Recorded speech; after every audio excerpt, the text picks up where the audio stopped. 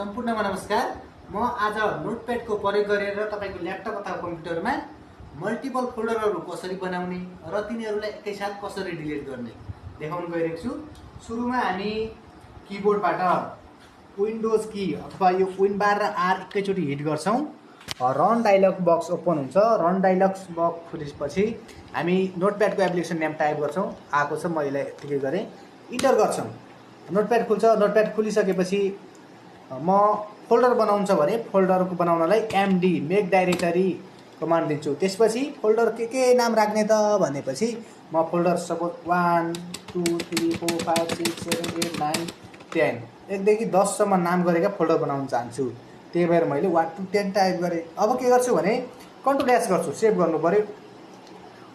Location choose गर्छु, desktop, name दिन्छु make folder, name दिन्छु मेक फोल्डर .bat नबिर्सिने है, .bat एक्सटेन्सनको नाम दिनुपर्छ। सेभ गरे, यसलाई क्लोज गरे। अब डेस्कटपमा फोल्डर आइसकेको छ मेक डाइरेक्टरी भन्ने। यसलाई डबल क्लिक गर्ने बित्तिकै 10 वटा फोल्डर देख्नुभयो त, 10 वटा फोल्डर आएको छ। हो, यसै गरी एकैसाथ कसरी डिलिट गर्ने त? त्यसै गरी म फेरि रन डायलग बक्स ओपन गर्छु, नोटप्याड खोल्छु। अब टाइप कमान्ड के चाहिँ गर्छु भने आरडी भनेको रिमुभ डाइरेक्टरी। अब के नाम गरेको डिलिट गर्नु छ त भने मलाई 1 नाम गरेको 2 3 4 5 6 7 8 9 10 यी नाम गरेका फोल्डरहरू डिलिट गर्नु छ भने फेरि मैले यी नाम दिए। अब कन्ट्रोल एस गर्छु, फेरि लोकेसन चुज गर्छु, लोकेसन डेस्कटप आएको छ, नेम दिन्छु डिलिट फोल्डर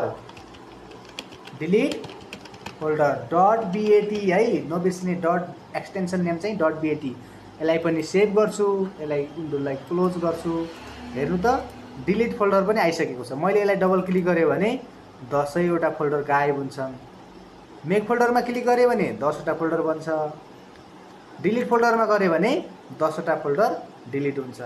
तपाईले 10 वटा मात्र होइन, 100 फोल्डर पनि एकैसाथ बनाउन सक्नुहुन्छ, एकैसाथ डिलिट गर्न सक्नुहुन्छ हामीले कमान्ड दिएर, त्यो पनि नोटप्याडमा है त। Thank you so much for watching this short video. हामी नेक्स्ट भिडियोमा भेट्नेछौँ।